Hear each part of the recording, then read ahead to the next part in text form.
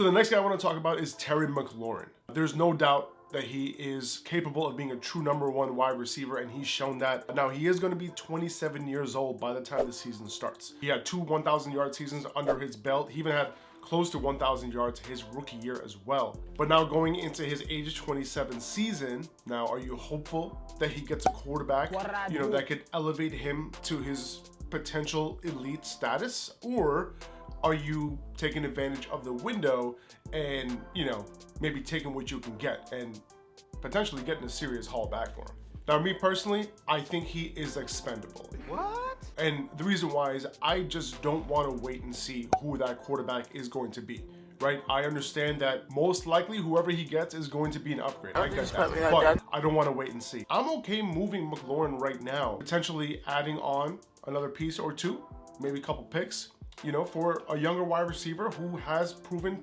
that he could get it done, maybe in a better situation. For example, T. Higgins. I would give up McLaurin in a second-round pick for T. Higgins right now.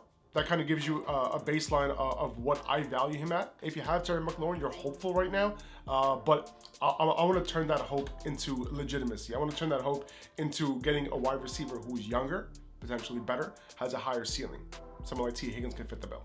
All right, guys, I recorded this video before Carson Wentz got traded. If you haven't heard, Carson Wentz got traded from the Colts to Washington in a somewhat ridiculous deal. Washington got fleeced in this deal. They sent over 2 third-round picks, one of them potentially becoming a second-round pick, depending on Carson Wentz's playing time. And they're also eating up the entire Carson Wentz contract. I think it's like 28 million, something like that. Crazy.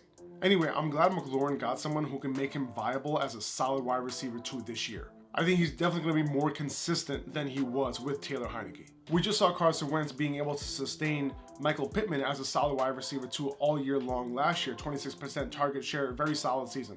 McLaurin was already being drafted around the wide receiver 17 range in underdog best ball drafts, and I think that's about right. That's about the 3-4 turn in redraft. Now, I think McLaurin is a better player than Michael Pittman, but I don't think he's going to be able to hit that wide receiver 1 ceiling that I think he has with Carson Wentz. Now, if I have a win now team in Dynasty and he's my wide receiver 2, wide receiver 3, and I'm trying to win this year, I'm gonna hold. If I have a team that, if I'm being honest, I might not be able to contend with the top teams in my league, I might use this Carson Wentz news as a little bit of leverage to get even more for McLaurin right now. You can get a haul for Terry right now.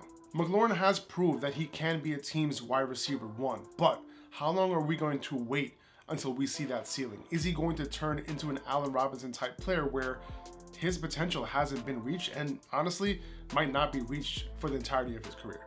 McLaurin is going to spend his age 27 season with Carson Wentz, and then in 2023 he might be in another QB needy situation. Now I want to know in the comments, are you buying, selling, or holding Terry McLaurin in Dynasty right now?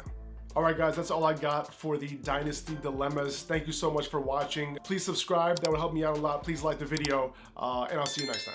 See ya.